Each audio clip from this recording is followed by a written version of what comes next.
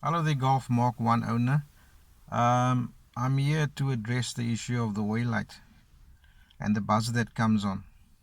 You've been driving and you've seen that the oil light comes on randomly and it gave you a big shock. Now, before you think the worst, before you start panicking and thinking that it's oil pump, let me give you a few tips just to see what you need to check before you do any drastic changes. Now, the first thing that you need to do after you've switched off your engine is just to check your oil level. Check if you have sufficient oil in your engine. Secondly, we go to the sensor, which is situated here above the oil filter. It's one there, and there's another here over there.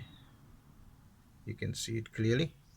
Now these sensors, they do stop working, and it can cause a problem of your oil light coming on the dash, so they need to be replaced from time to time.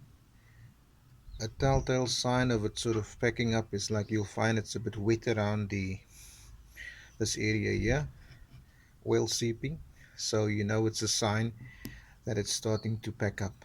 So these things are quite cheap to replace. They're about 65 to 100 rand, and replace them both, and just for peace of mind, and also at the same time check the connections.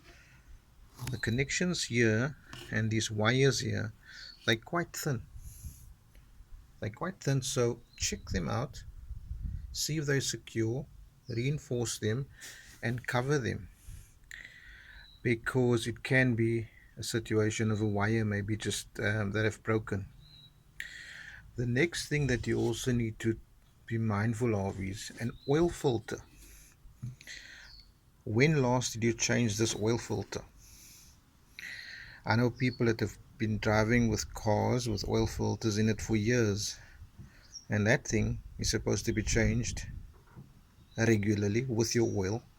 So if you a culprit of not changing your oil, it could be a reason why your oil light is coming on, because there's sludge in your engine. The sludge is getting building up so much in this oil filter that it causes it to block, and it causes the oil light also to go on at the dash. Another thing to be mindful of is, if you've not changed oil regularly, you may have sludge in your engine and your oil pickup could be blocked. So take note of those things. Make sure that you change your oil regularly. So okay, once you've done the test on all those items I've mentioned before, I hope it will solve your problem. I hope it will mean that the oil light doesn't come on anymore. If your oil light still comes on, then I would suggest that you have an oil pressure test done.